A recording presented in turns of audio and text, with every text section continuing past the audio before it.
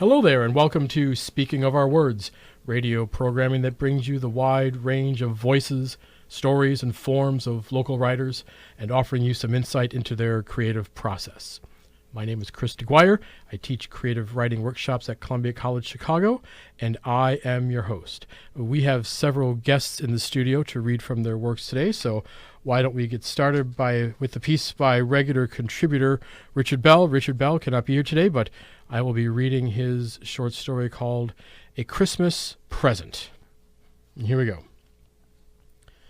Billy was 4 years old and lived near the main part of town, so when Mom walked him to and from daycare, they passed by old Johnson's discount store.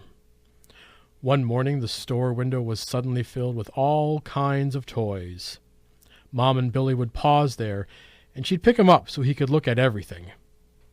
The one he liked the most was a stuffed brown teddy bear with large black eyes right in front.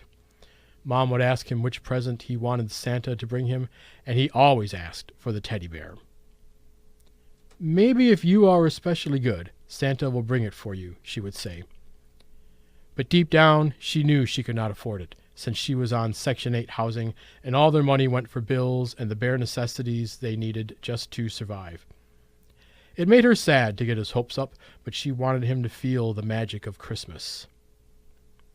Unknown to everyone, each time little Billy appeared, the teddy bear would gaze at him and wish he could be with Billy instead of all the other children he saw. The minutes when he was able to look into the boy's face was the best part of his day, and when the lad walked away, it filled Teddy with great sadness. Day after day this happened, and the sales lady in the store began to notice Billy when he and Mom stopped at the window. She knew they did not have much money by the way they were dressed, and the spirit of Christmas began to move in her heart. One evening, as the little family was walking home, the sales lady called Mom inside and asked about their situation.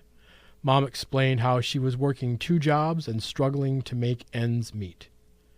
Then the sales lady whispered in her ear, and Mom's face lit up with the biggest smile you ever saw as a tear went down her cheek. That night, the lady took Teddy, put him in a box, and wrapped it with beautiful paper and ribbons, then put it in a plain bag. She gave it to Mom on her way home on Christmas Eve.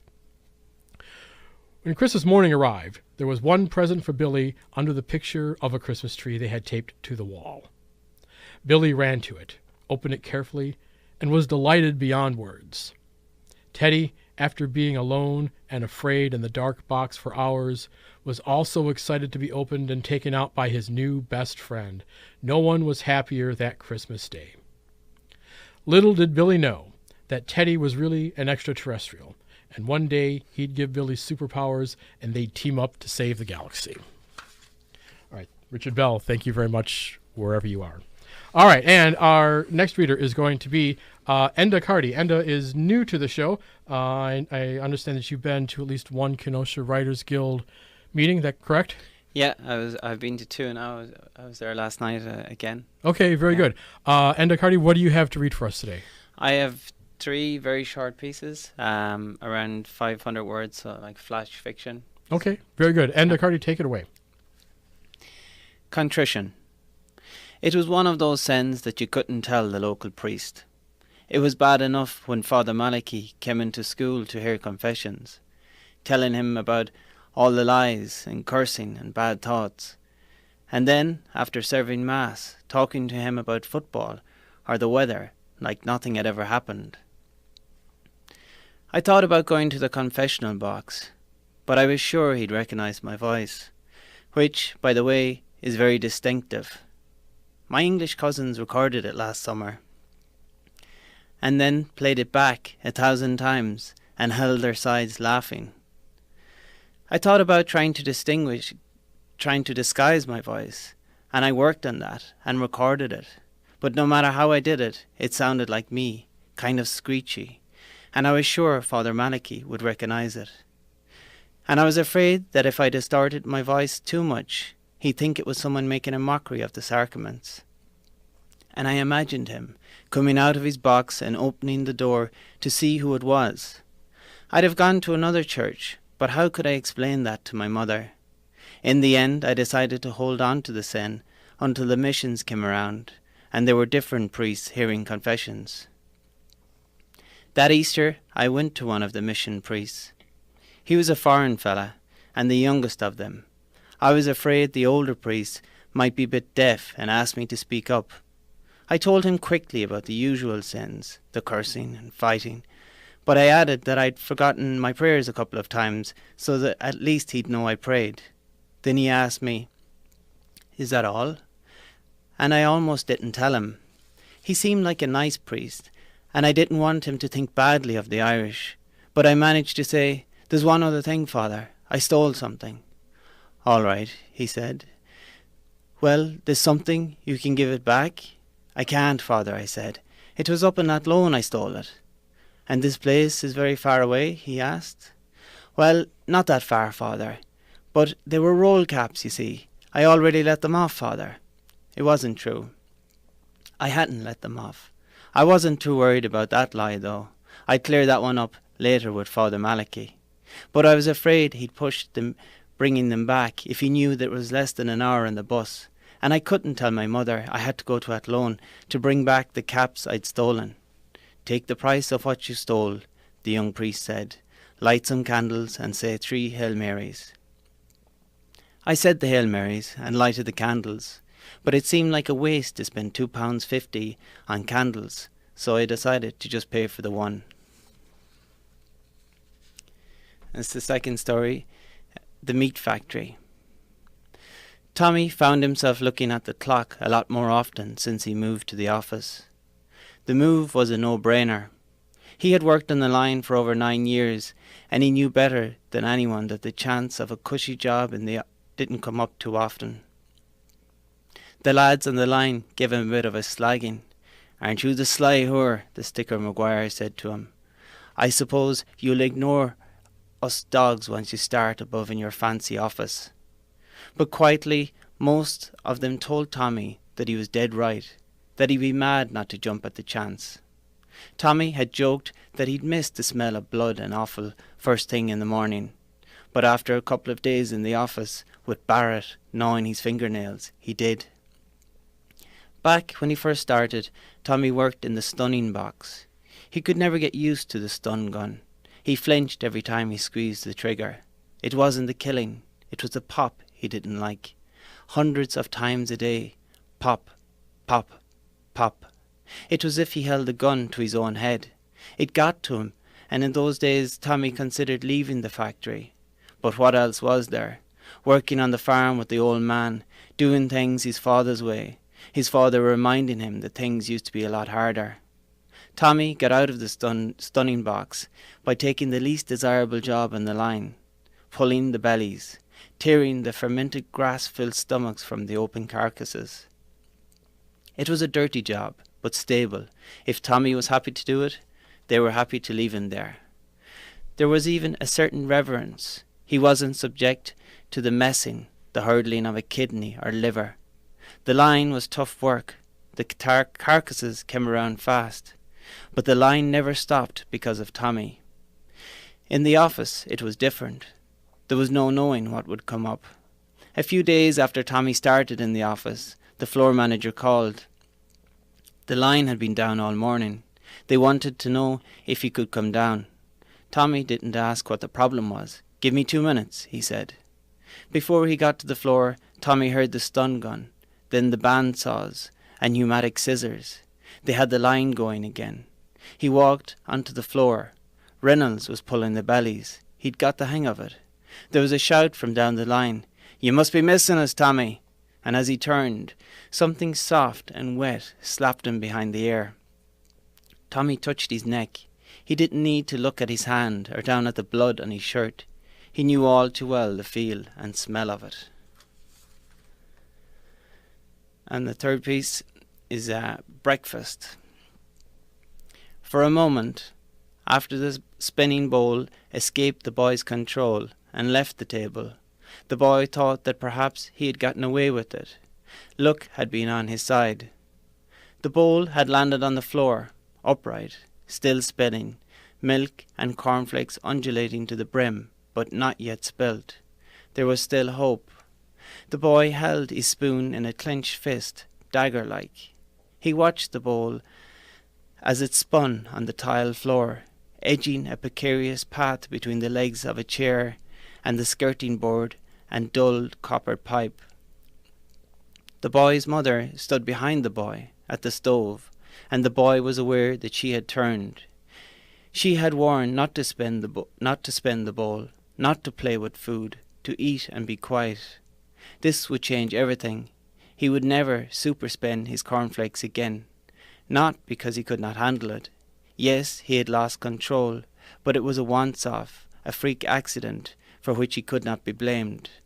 Nevertheless, the boy knew his mother would not tolerate it any more. The boy thought his mother was like a window that he bounced a ball off. Do it once too hard and it breaks. The boy had broken a window in the old courthouse this way. He had thrown the ball a little harder each time. He did not know why, but he did it until the window broke. After, the boy stood in the broken glass and looked at the place where the window had been. He had wished he had not broken it. The boy thought about things that cannot be undone. This moment contained only the tinny sound of a bowl circumventing disaster. Then it was over. Luck had abandoned the boy. The bowl bumped the skirting board, wobbled, unstable, then spewed its soggy contents on the floor, the wall, behind the copper pipe, and rocked upside down with an echo that slowed, then shuddered, then stopped with a clap. The boy turned towards his mother and searched her face for a clue what it was there. The boy wanted to explain to his mother. He wanted her to understand he did care. He did not carelessly fling his bowl on the floor. He did not do this to make her cry. The boy did not want her to be silent and tremble and smoke. The boy saw his mother turn away towards the stove and heard the sound of glass breaking. The boy thought again of things that cannot be undone. Oh, wonderful. And Enda, Carty, thank you very much. You are listening to Speaking of Our Words. And next up is Walter Gascoigne. I see Walter Gascoigne has a guest, Amy Shilka, with him today. Walter, what do you have to read for us today? It's an airplane story. And I got a helper, like you said, Amy, today. Mm-hmm. Now, this is Amy's first time on the show as well? Hi. All right, very good. Walter Gascoigne, take it away. One more thing. Forgive my French, because I got to read the French line here, and I'm not French. Okay. The name of the story is Waiting on the Tarmac. Good afternoon, ladies and gentlemen, and welcome aboard Air Canada Flight Number 139, non-stop Airbus A320, service from Ottawa to Vancouver. Captain Bob Kirk and First Officer Leonard Jones have informed me that our flying time to Vancouver this evening will be 5 hours and 18 minutes. Traveling as planned, cruising altitude of 34,000 feet, with a time of 5 hours and 31 minutes from gate to gate. On behalf of myself, the captain and first officer, your Toronto-based flight attendant crew, and everyone here at Air Canada and our Star Alliance partners, it is our pleasure to serve you this afternoon, and we wish you a pleasant flight. The speakers on the plane made a slight hiss before the message was repeated in French. Bonjour, madame et messieurs, et bonne veille aboard Air Canada numéro del vol 139, Airbus Tradu en Cerveau du Ottawa Vancouver. As the flight attendant gave her speech, the last passenger to board moved cautiously down the aisle, scrutinizing the entire contents of the plane until he came to his seat. For a moment he only stood there, eyes wide open, mouth agape, and stared at the passenger in the seat directly in front of him who was reading a newspaper.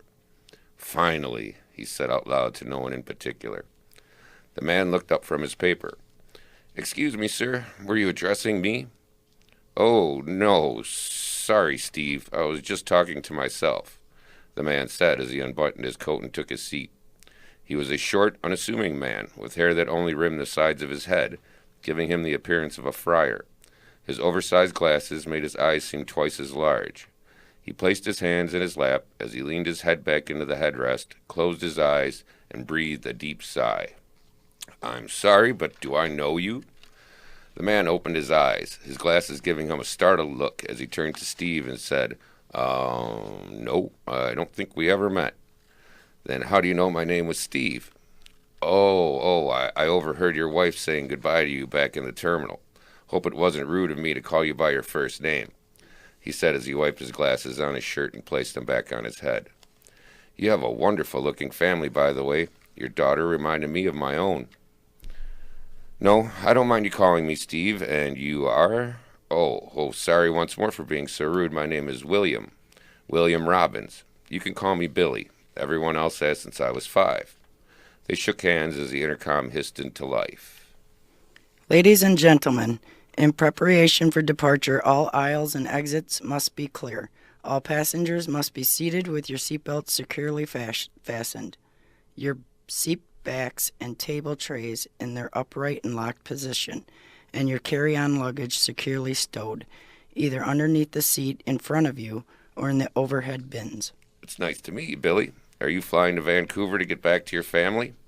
Yes, something like that. I haven't seen them in over 2 years. He stared down into his lap. I've missed them so much. Steve put his hand on Billy's shoulder. I couldn't imagine being away that long from my little Emmy. She means the world to me. But you can't wait to see them. I see them every night in my dreams. It'll be great to hold them again. It's been too long. Steve smiled as he pulled his hand away from Billy's shoulder. Won't be long now. This is a quick flight compared to most that I take. The use of electronics devices is not permitted at any time while the fasten seatbelt sign is on. Once the sign has been switched off, you may retrieve and operate any approved electronic device. Due to the possible interference with the aircraft, navigational, and communication system. You might want to power off your phone. The stewardess looks as though she has a rather wicked temper, Billy said as he glanced over his shoulder. Thanks, but I already set it for plane mode. I've flown with this particular stewardess before. Steve's phone began to chime from inside his pocket. The stewardess was immediately standing in the aisle next to the two men. Sir, she said with an artificial smile, Air Canada wishes everyone aboard a pleasant flight, but we must ask you to please turn off your cell phone for the welfare of yourself and the other passengers, as it may interfere with the plane's operations. Steve fumbled for his phone, apologizing for not having turned it off already. The attendant mutely shook her head and walked away. Told you she looked bitchy. Billy smiled as he relaxed back into his seat. I could have sworn I turned the damn thing off before I boarded. It's almost like you knew it was going to ring. We would appreciate if you would direct your attention to the display screen nearest you as we screen a short video highlighting some of the safety features of the Air Canada Airbus 320, and if you would remove the safety card from your seat pocket in front of you and follow along with the video. Thank you. Did you ever bother to watch the safety videos? You think it ever actually helped anyone? Billy asked. No, I was never that bored. I usually bring a book or newspaper to read. Besides, if this plane goes down, I'd rather doubt that anything on that video will save my life or anyone else's. I've flown so much I know the video by heart, but I think you're right. There isn't anything in that video that will save anyone's life when the plane goes down. Billy looked nervously at Steve. I mean, if it ever goes down. Steve nodded and returned to his newspaper. Parts of conversations could be overheard throughout the plane, along with the ever-present crying baby, which seemed to be on every flight. Billy kept his eyes closed, a contented grin on his face. In final preparation for departure, please ensure that your seatbelts are securely fastened. Your seat backs and tray tables are in their upright and stowed position, and that your carry-on luggage has been securely stowed. We remind you that smoking is prohibited. Steve put down his paper and turned to Billy. Looks like we're finally on our way. The engines roared and a slight lurch was felt as the plane began to taxi into position for takeoff. No, we'll have a slight delay, but it won't be long. Billy's eyes were still closed, his hands folded on his chest. There's a dog on the runway. Ha! Must be a bird dog. How'd a dog get into the middle of the runway at one of the busiest airports in Canada? Go back to sleep. You must be dreaming.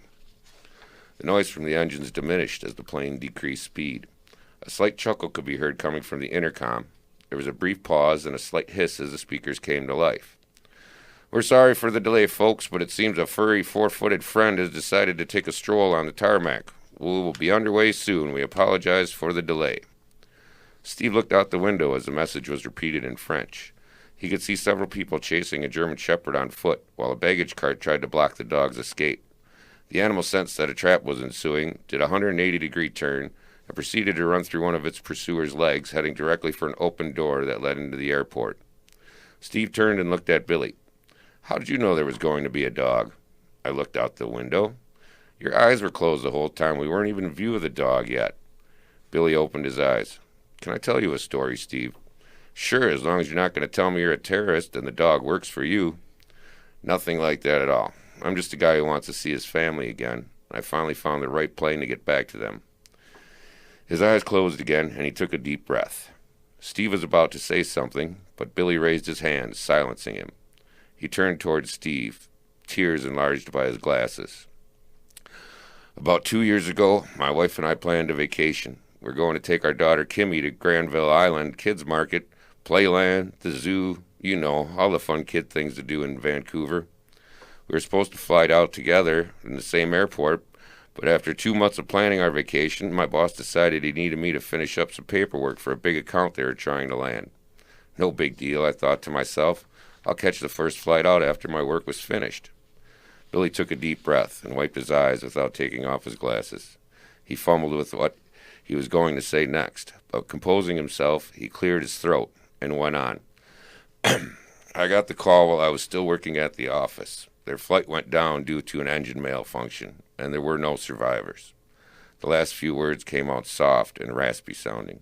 He looked down onto his lap again and closed his bloodshot eyes. The captain of the plane began... The engines of the plane began to hum louder as the plane started slowly moving again. "This is the captain. Our crew on the ground seems to have everything rounded up, and we have been given the go-ahead from the tower. Once again, sorry for the delay, and we hope you enjoy your flight on Air Canada and its Star Alliance partners." "I'm so sorry." Steve touched Billy's shoulder once more. Billy looked up and over at Steve, a sense of loneliness and despair hiding behind his glasses. He grabbed Steve's hand and almost shouted, "You don't understand. I was supposed to be on that plane with them. I was supposed to die with them. For Christ's sake, I was supposed to die with them." Steve pulled back slightly as Billy's grip grew tighter. More tears came to his eyes. He sensed he had gone too far. After a few moments of composure, he let go of Steve's arm and went on with his story. "I didn't sleep for days after the funeral. I kept seeing my wife and daughter everywhere. When I did manage to finally fall asleep, they were still in my dreams, except they were on the plane and I was with them.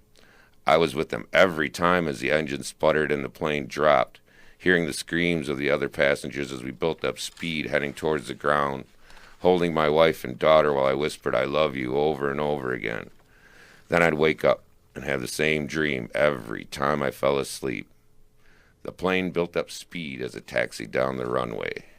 Ladies and gentlemen, once again, good afternoon, and welcome on board Air Canada 139, non-stop to Vancouver. After we have reached our cruising altitude and Captain Kirk has switched off the seatbelt sign, you are free to move around the cabin. But Air Canada policy dictates that passengers must have their seatbelts fastened at all times while seated due to possible unexpected turbulence. After a few weeks of those nightmares, I went to my doctor. He prescribed some sleep meds, and they worked well at first. No more nightmares. Just myself, sleeping in a big empty house.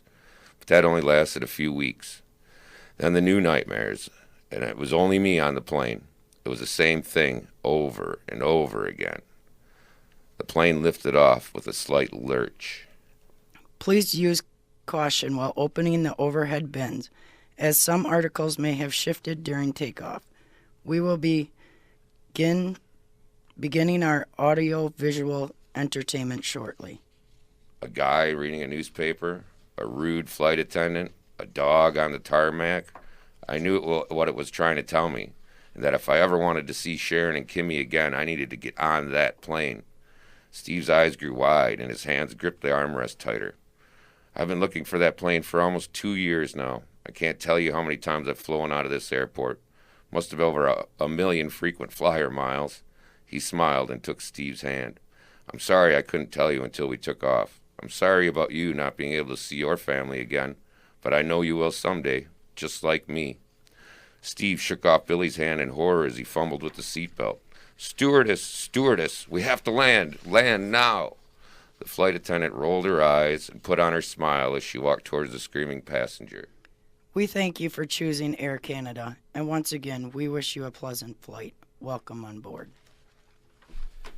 All right, Walter Gascoigne. Amy Shilka, thank you very much. You are listening to Speaking of Our Words.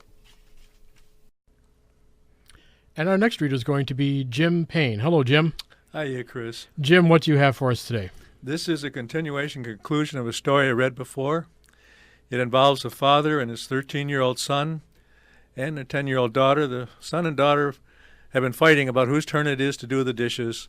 And the complication is that the father, who's the main character, is having to take on the parenting responsibilities because his wife, who has done that before, is now in traction and she's out of commission, and he's faced with his kids and what to do to grow up. And these parts are the conclusion of the story? This will be the conclusion. All right, very good. Jim Payne, take it away. With the dishes finished, I smiled at my 13-year-old, dressed in his usual ass-crack low pants and T-shirt, and he smiled back at me. Kyle was in his adolescent haze, where he could drive me crazy and at the same time delight me. Now the task was over. As always, Kyle was cheerful and ready to joke around. He said to Allison, "Let's play a game. It's called Name Dad's Hairs." Allison smiled, but didn't know why. After a minute of reciting a few first names, Kyle announced, "Okay, we're done." Allison with Kyle broke out laughing because losing my hair was the center of attention. Damn him. But I couldn't help laughing. With his humor, Kyle broke the tension, and my good mood recovered from the kitchen skirmish. But by afternoon, my anxiety was building about getting to the airport in time to pick up Joellen, my sister. To meet her flight, without being under pressure, we should have left earlier, but Kyle wasn't ready. No surprise, since to him, not crazy late was as good as on time. Finally, when my pleas didn't work, I used my fallback. Brute force. I pushed him out the door into my aging gray Buick, and we buckled up our seat belts. Locked in together, Kyle and I began our taxi mission to the airport, I wearing a dress shirt with press slacks, and beside me on the front seat, my teenager in sloppy jeans and bright yellow T-shirt with red stripes, coordinated like his bedroom, not very well. I glanced at his hands, expecting to see them wrapped around a game box, but they were empty. Surprise! Driving could be a problem because my sister was flying into Chicago's Midway, not the expressway accessible O'Hara. The Chicago city traffic would be constantly backed up at stoplights. I was used to waiting seconds at suburban stop signs, not city red lights, where you had time to read a page from a book. Those red light slowdowns and clogged traffic would interfere all along the way. If I'd been on the expressway, I would cruise and avoid all the city snarls. The O'Hara route was a dream, and I thought of BC before children. Reality hit when I rolled down my window and had to roll it right back up. The smell of clogged city air polluted the car. The closed window couldn't keep the city noise from drumming in my ear. Then the unexpected detours began interfering by telling me to follow their directions without knowing where each one went to. Yeah, like raising a teenager. The unavoidable road construction was distracting my attention, especially with the workers leaning over, pushing their slow and stop flags at me. My hands gripped the wheel, and my insides tensed up. I was worried and getting lost in the maze of new directions. This wasn't my well-known expressway to O'Hara. The route to Midway was definitely defying my patience, and I didn't know if I'd get there on time. Felt like AD, adolescent defiance. Suddenly, The driver on my left cut in front of me and making a surprise right turn, and I had to brake fast to avoid him hitting me. Damn, do I have to watch out for everybody? Somehow, it reminded me of the kids in the kitchen and their moves to get out of washing dishes.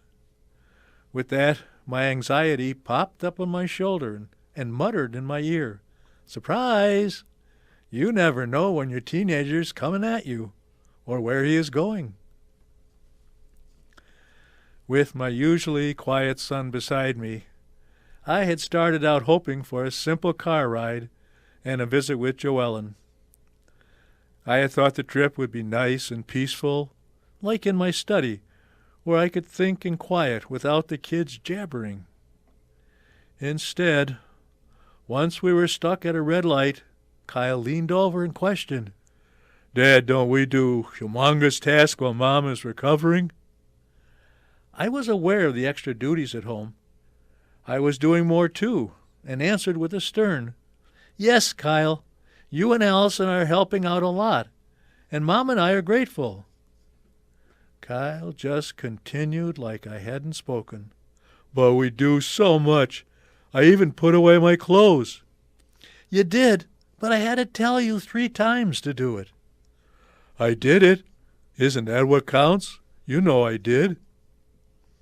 The long red light turned green. I didn't speak. Kyle just waited for another red light and continued, "Dad, didn't I put my dirty clothes down the laundry chute?" "Kyle, that's no big deal. I had to do the laundry." "Yes, but wasn't I a big help?" "Kyle, why are you telling me this?" He kept quiet for a moment, like a motivational speaker referring to his notes.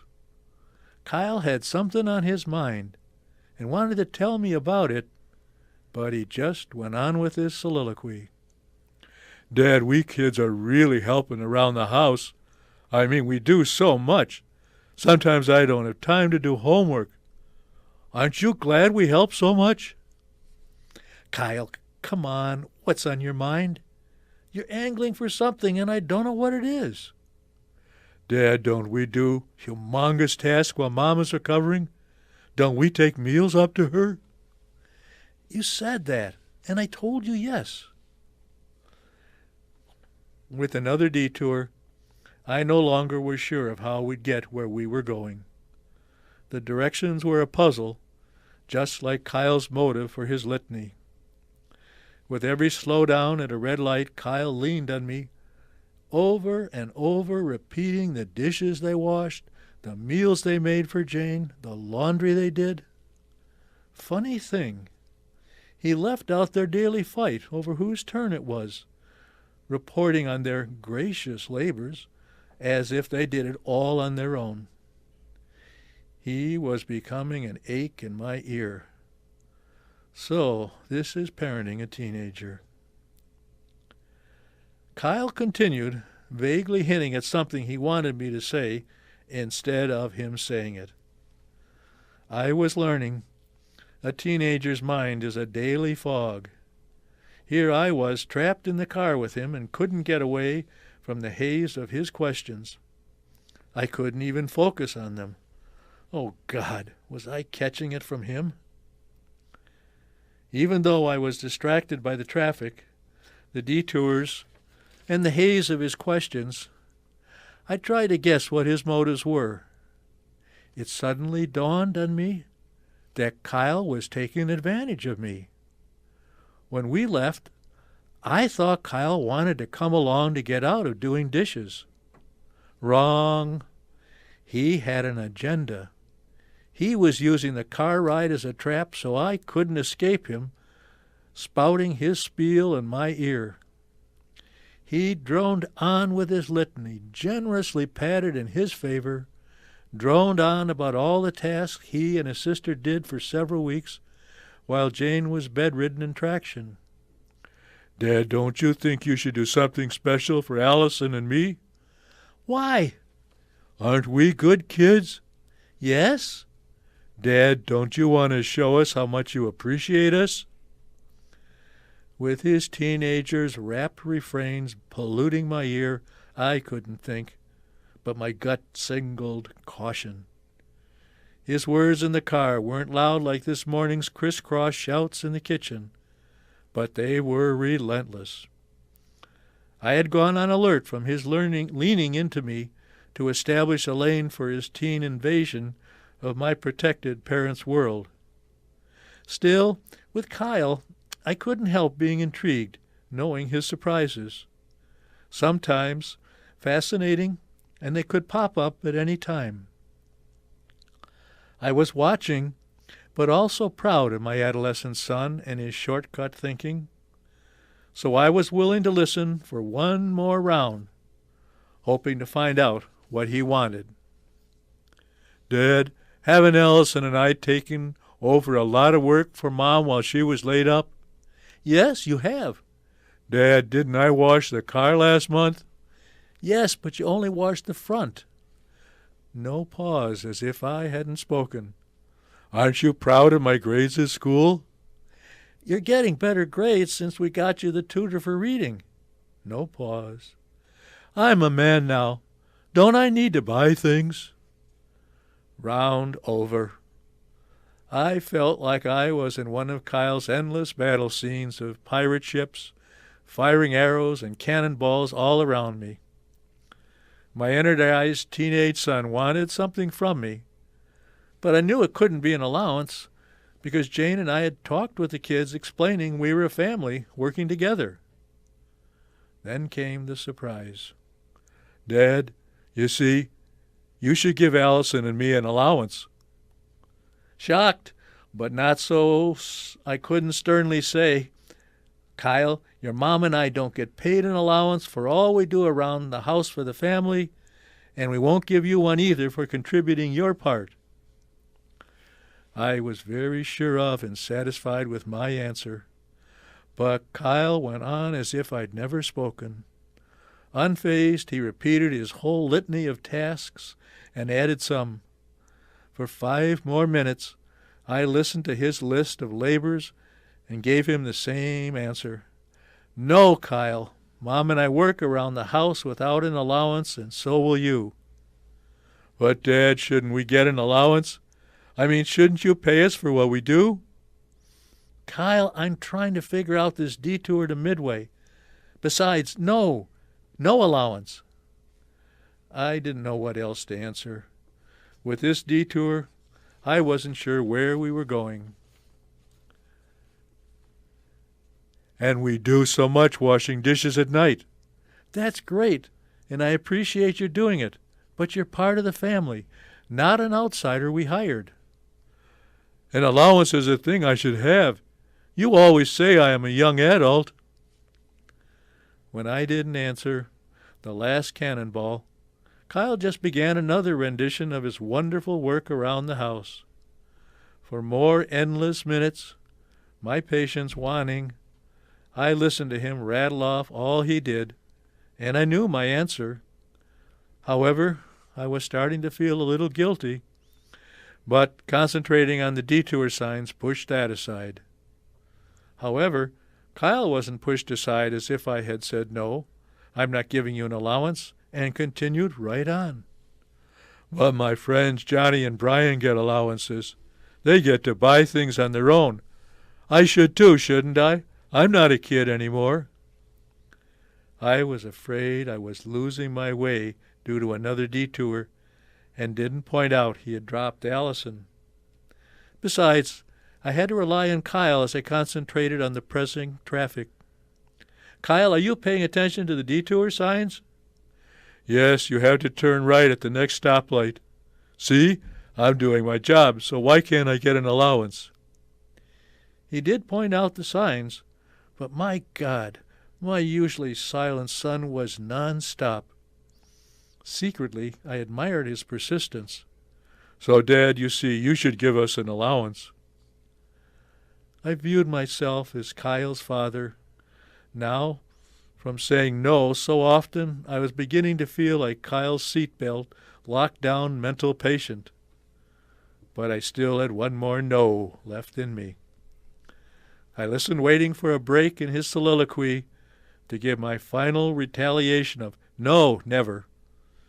I had to wait a long time before I could break into his menagerie of reasons for getting an allowance. The main one now being that he should have it, period. When my answer, no, never, finally fired from my lips, he went right on going as if he could fend them off with more reason. My no, never didn't faze my salesman son. He kept right on, over and over, and allowance and allowance. We were still 10 minutes from the airport, and I thought to myself, I don't know if I can last another 10 minutes with Kyle lobbying me. My patience was being waterboarded by his rap refrains.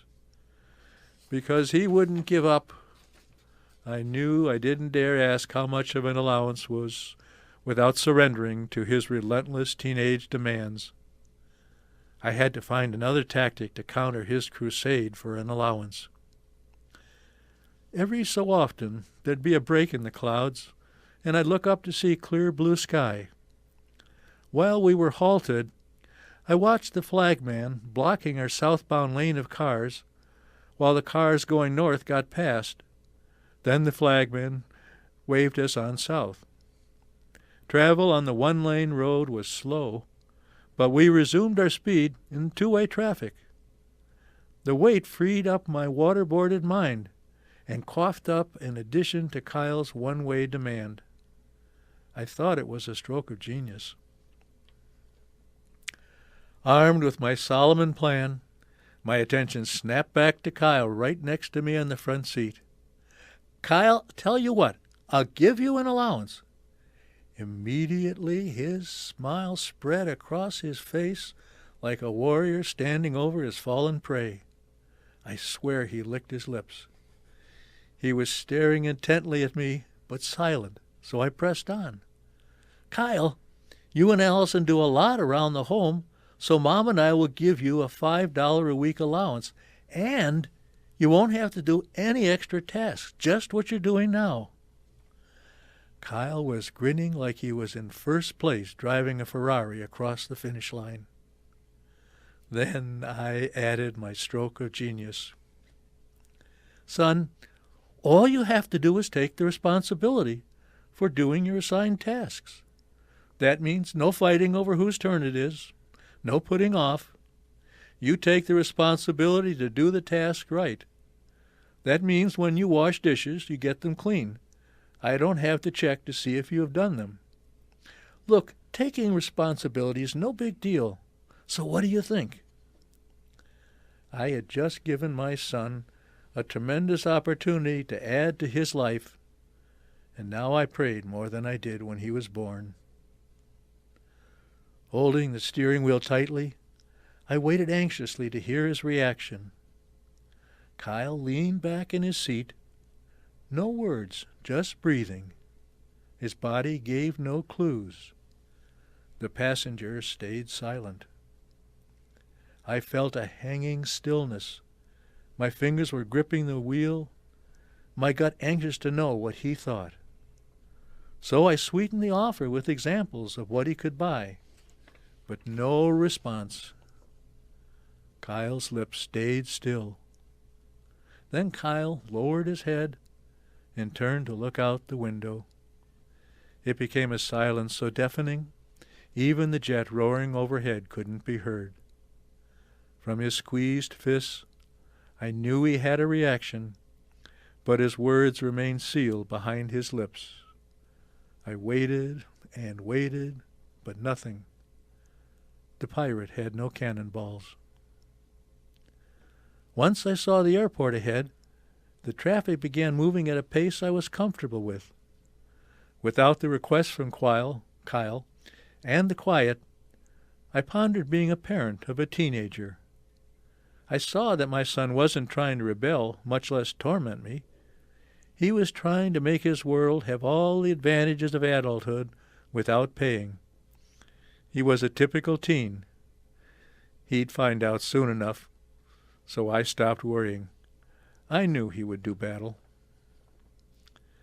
The peace was wonderful, even if I didn't understand why. I knew I loved it, and I wasn't going to spoil it with questions. Finally, I could pay attention to the driving and think of seeing my sister. My salesman's son stayed silent all the rest of the way to the airport, waiting to get Joellen's luggage and riding home in the car. Even while helping bring in her luggage, Kyle didn't speak and went to the kitchen to get something to eat. While Jane was sleeping, Joellen and I sat down in the family room off the kitchen to catch up. We reminisced and laughed at our childhood pranks that we played on our mom and dad. We were having a fun conversation when out of the blue, Joellen, with her sisterly smile, said out loud, "Jim, don't you think you should give the kids an allowance? They do a lot more around the house now, and they're good kids." Well, I burst out laughing because I had the best reason not to. I told Joellen how I had listened to Kyle's endless pitch for an allowance and had offered him $5 a week if he would take the responsibility. Right at that moment, the eavesdropping Kyle appeared in the doorway, didn't enter but announced, "Yeah, I heard that word responsibility and didn't want anything to do with it." Turning his low jeans not hiding his butt crack, Kyle walked away, knowing his adversary was the Darth Vader of responsibility.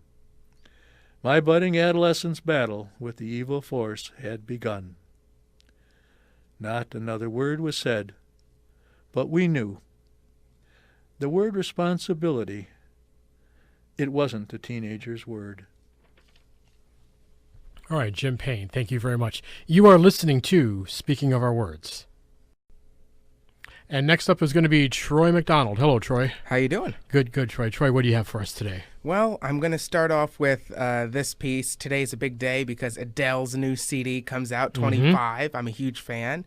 And so I wrote this for my student blog a few weeks ago when her song dropped, Hello. All right, very good. Troy McDonald, take it away. Last Friday, I jumped out of bed and was emotionally moved. It was 6 a.m. I often get up at 6 a.m., but this 6 a.m. was different. Adele, after 3 years, was scheduled to release her first song. Expectations were high. Her last album, 21, was released in 2011 and went on to sell damn near 30 million records worldwide in an era when most people are lucky to sell 1 million records in 3 years. But Adele is different. She doesn't striptease or curse in her music. She shares her soul, and the world feels it. I turned on my iPhone, went to Adele.com, and clicked play. Hello, it's me. My jaw dropped. Adele not only matched expectations, the song is better than what she did before. It's an anthem that I believe will transcend time. If there was one song that had to be put in a time vault that couldn't be opened for 30 years, Hello would be it. The success was enormous. It sold over 400,000 downloads in one day, a record in the United States. The video also broke the record for the most views in a music video in 24 hours, more than 27 million views. Adele is not a new type of superstar, though. Adele follows the old playbook created by Michael Jackson or Prince or Bob Dylan and others. She doesn't post on social media very often, stays out of the headlines, and rarely speaks to the press. She makes her music, promotes it, and then she goes away. Singing is her job. It's not a lifestyle. In the day and age of nude photos to keep the press engaged, Adele relies on her talent alone. It's the Dylan Beatles philosophy that has kept them in the hearts and minds of generations till this day. Adele relies on the song and the magic of suspense. She's living proof that if you have a hit, that it will reverberate around the world. Talent beats scandals.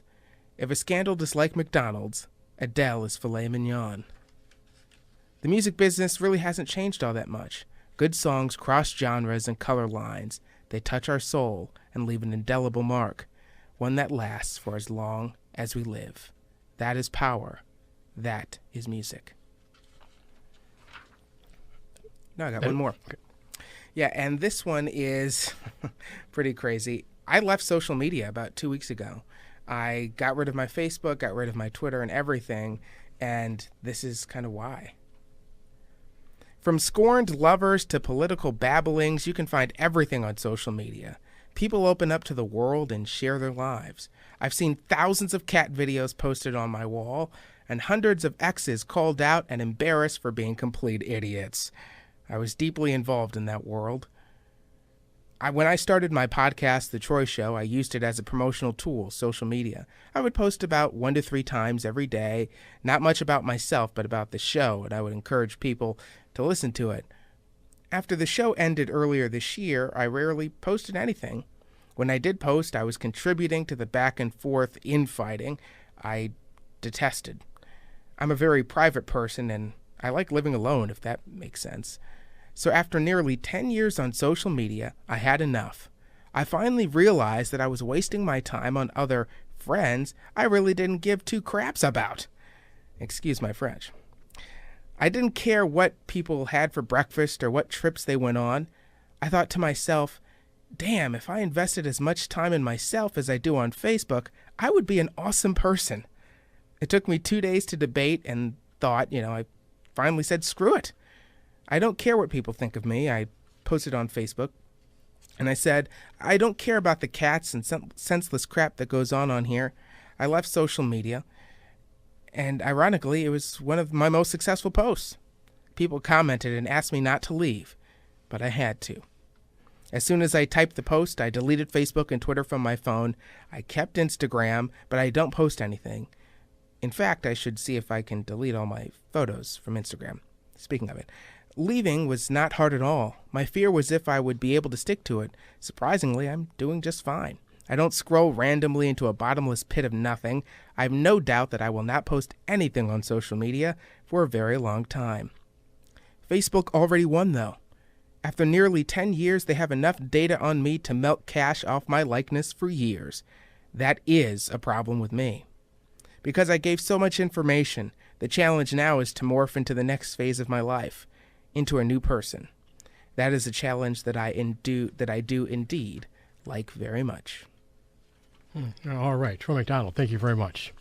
All right, and for the last few minutes here, I have a short excerpt I'm going to read from my novel in progress that I've been reading from for the past several shows. This is the Worst Summer Job Ever novel. This is a scene that comes very near the end of the book, and the main characters here are Sarah and Jason. Jason is not in this scene, but he's talked about. This is the day before Thanksgiving in the grocery business, a very busy day, and the previous night the store was held up. Sarah was involved in this, and the other character in this scene, his name is Bob. He was there, but when Sarah was being interviewed by detectives, it came out that she has a child, and she's been keeping that a secret. The child is that of Jason's older brother, who was killed before the book starts. So I can't explain the first 400 pages of this book in 3 sentences, so that's where we're going to leave it. This scene begins with Bob coming in to work the next day. And that's when Bob arrived for his 9 to 5. "Hey, Sarah," he said, hanging up his coat. "You doing okay? I didn't think you'd be in at all."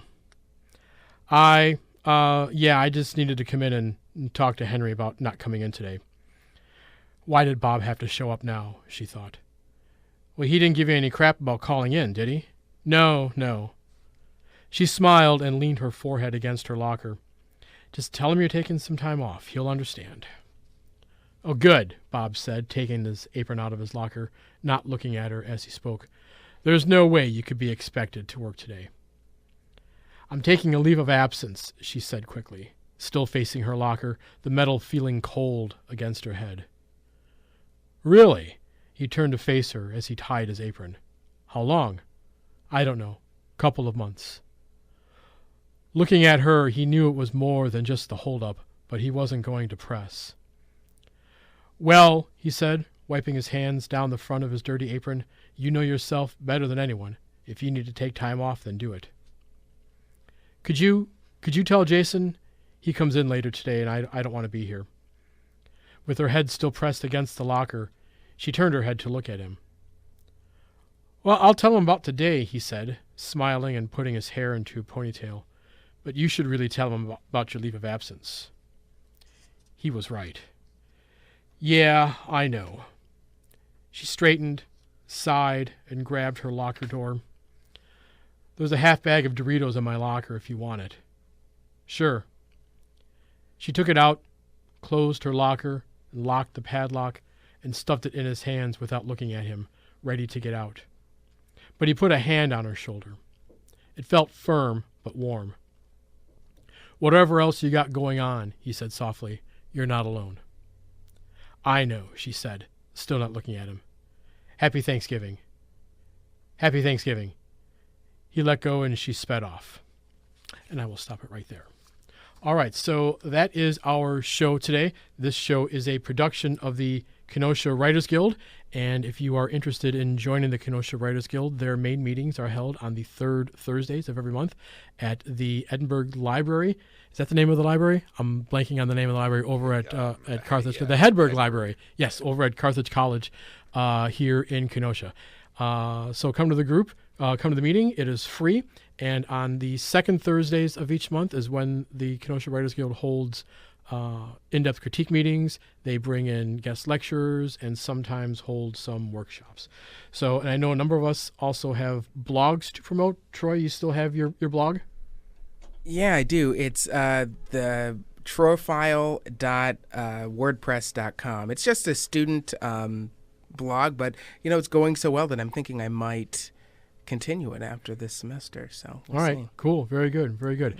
And I also have a blog out there. It is called From a Certain Point of View, and you can find it at cdeguire.wordpress.com. If you have any questions or comments, or you wish to participate on this program, please visit KenoshaWritersGuild.com and come to one of our meetings.